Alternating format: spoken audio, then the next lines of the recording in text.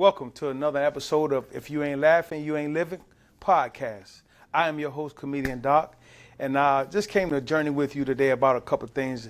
We're going to rattle on and have a little fun. We're going to talk about different things that's relatable to everybody, and we might even have a little laughter in between because you have to laugh nowadays.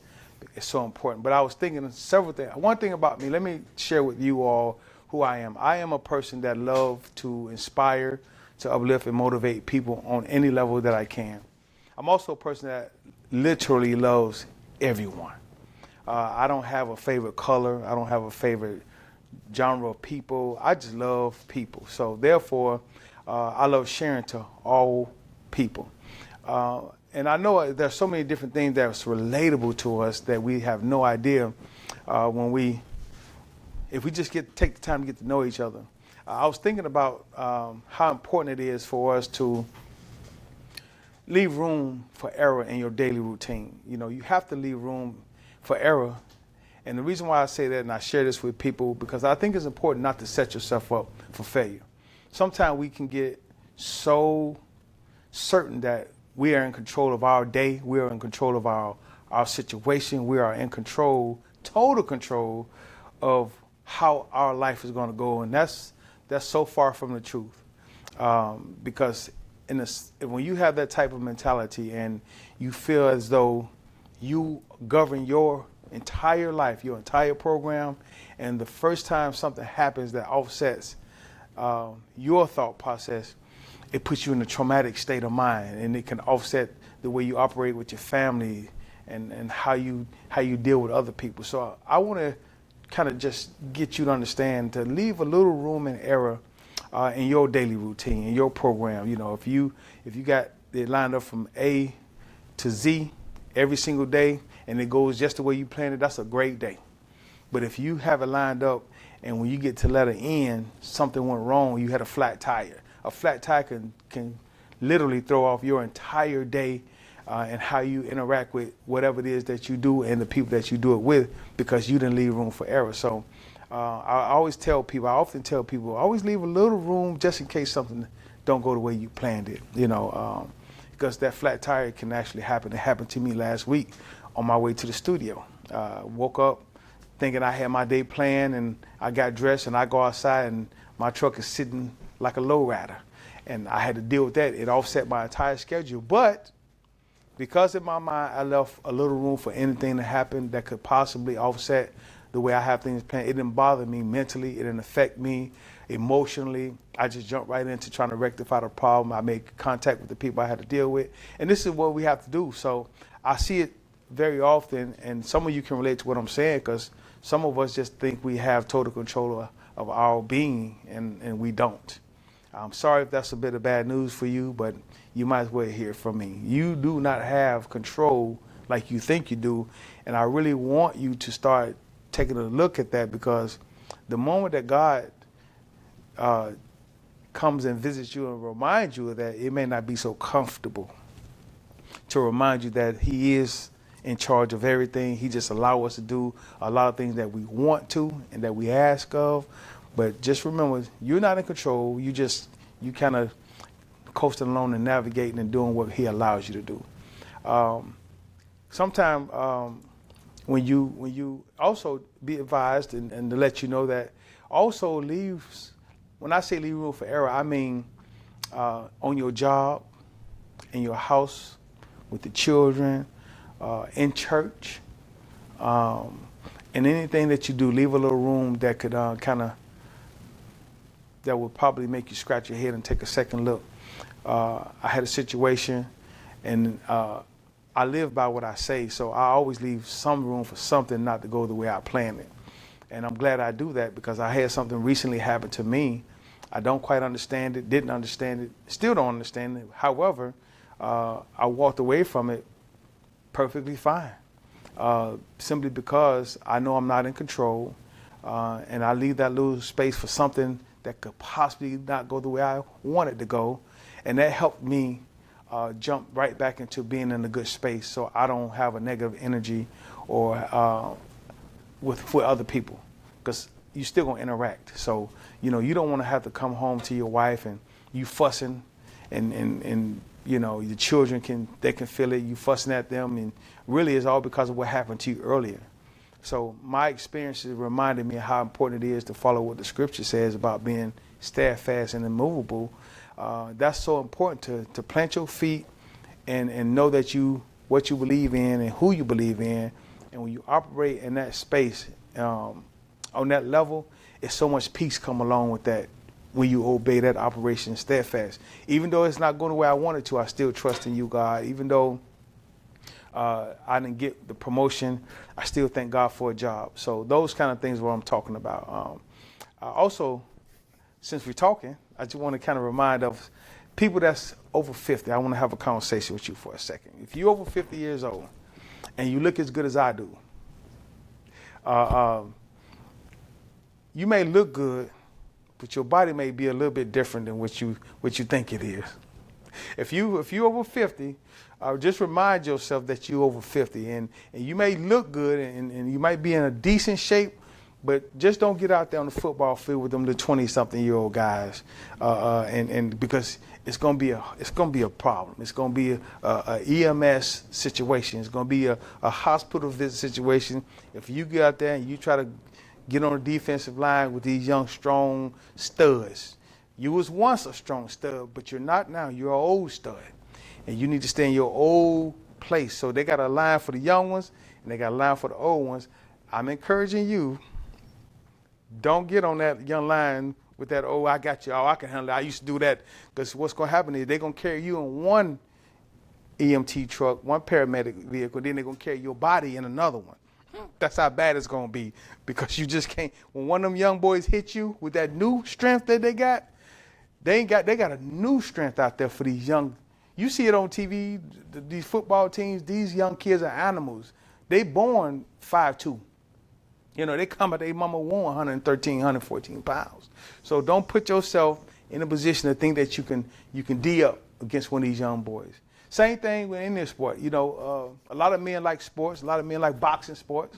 I like to take my hat off to the wife, to the woman that deal with the husband that loves boxing, and he boxes as a sport, because, especially when he always losing. For the wife that gotta always coddle the losing husband that can't never win a fight, he can't even be his sparring partner. That husband, you keep that woman.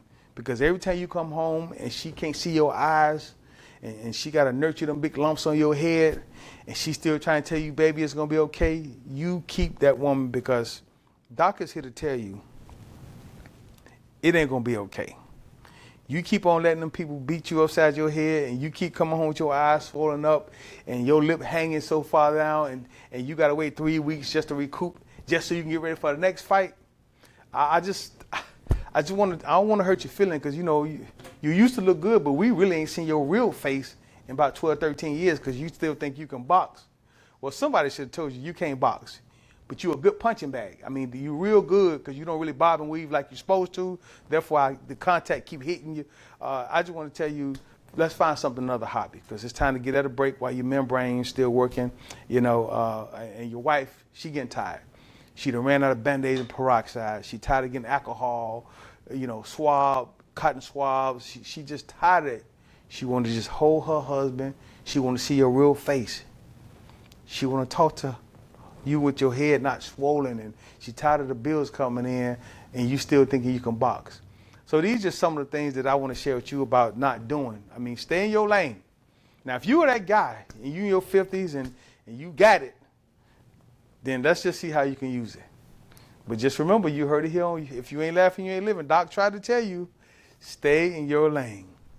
I see it too often, especially on my journey. I meet a lot of people, and I see a lot of people who still think they got it. They feel good because all these pills they take from GNC. GNC got some pills that'll make you all warm and cuddly on the inside and make you feel like you can jump high you used to, and you can hit as hard as you used to. But, sir, that's a pill with some type of chemical in it, and it's kind of tricking you, because you can't really do that.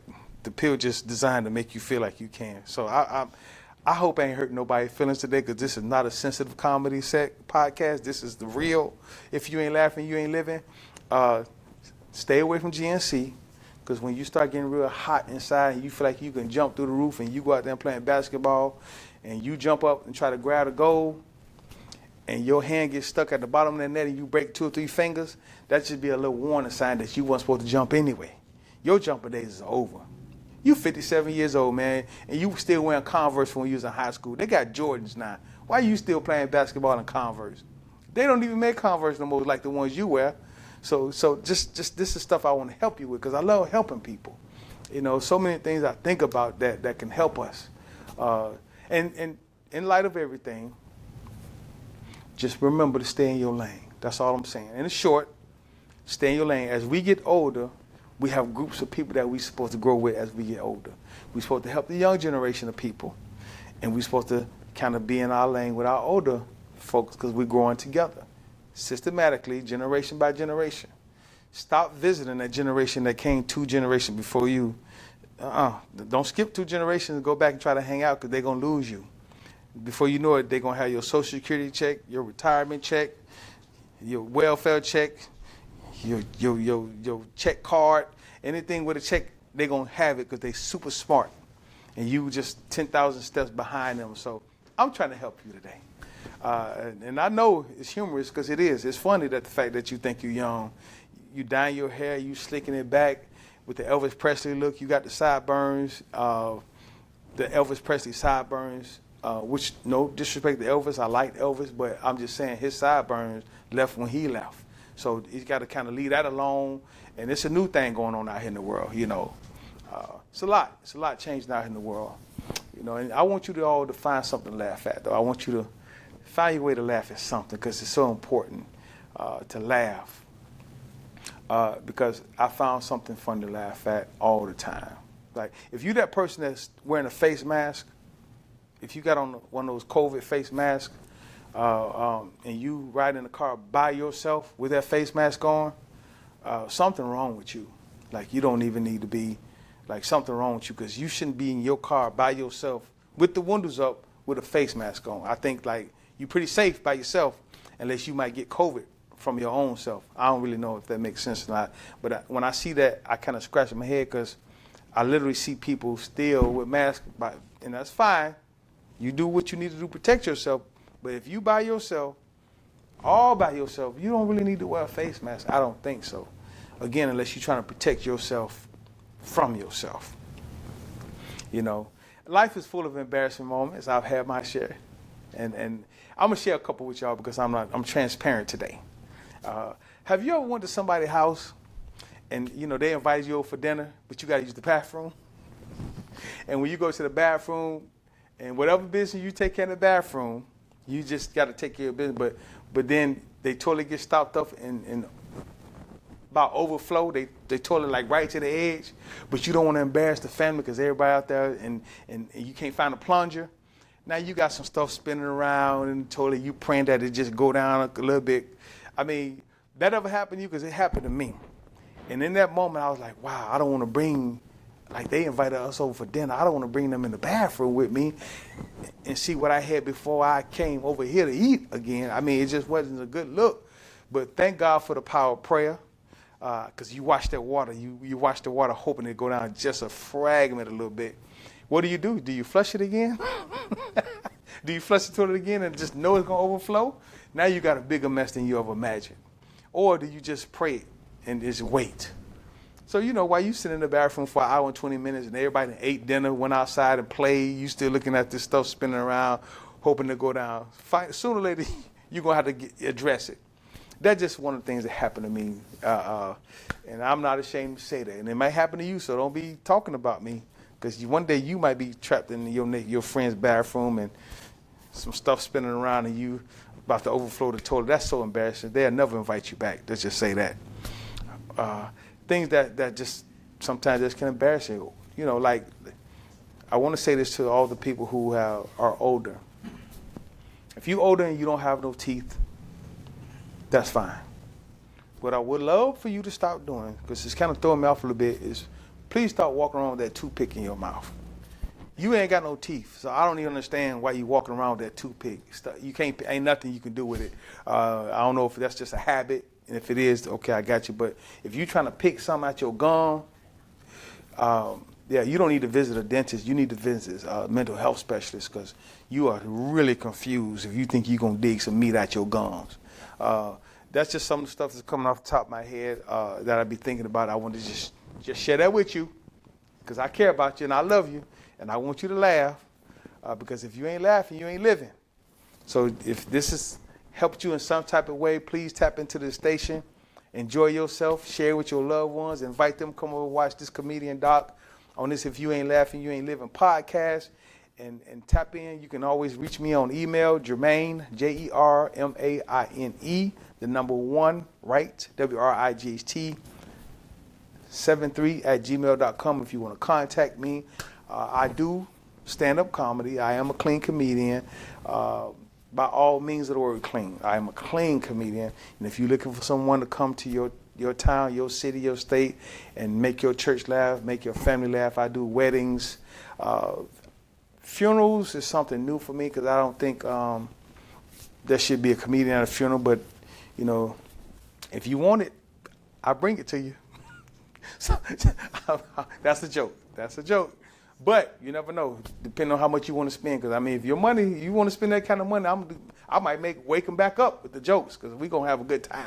You never know. So, hey, I love you all. Thank you for tuning in to this show, this segment of You Ain't Laughing, You Ain't Living. Hope to see you soon. God bless.